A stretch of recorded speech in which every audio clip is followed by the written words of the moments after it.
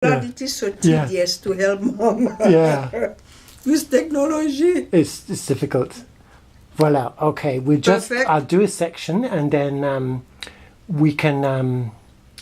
I'll try and cut bits out and move it. So, thank you so much, Dr. Marie-Hélène, for agreeing to être en d'accord de faire un entretien pour nous. Mon plaisir. Et je voudrais parler, s'il vous plaît, d'abord de votre enfance et l'école et lycée en Haïti, quand vous avez appris le français. Le français, certainement. Merci.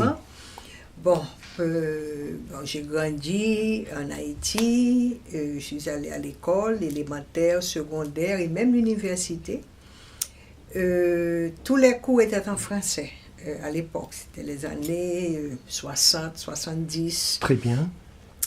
Et l'école primaire, on fonctionnait en français. Très bien. On ne parlait pas créole dans les écoles, on ne parlait pas créole avec les professeurs, on ne parlait pas créole avec les parents.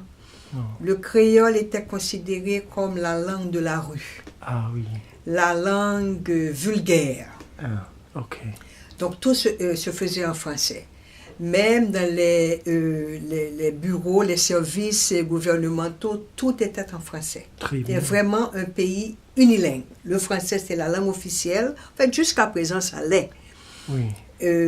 Donc, c'est comme ça. J'ai grandi en français, quoi. C'était notre langue, notre première langue. On ne posait pas de questions, c'était notre langue. Oui.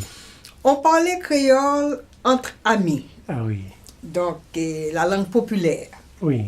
Mais pour s'adresser aux parents, automatiquement en français. Très bien. Parler créole à ses parents, c'était un manque de respect. Ah oui. Oui. Donc, c'est... maintenant, en fait, je peux dire, dans les années 80, j'étais mariée, mes enfants étaient déjà nés, ils étaient à l'école secondaire. Oui.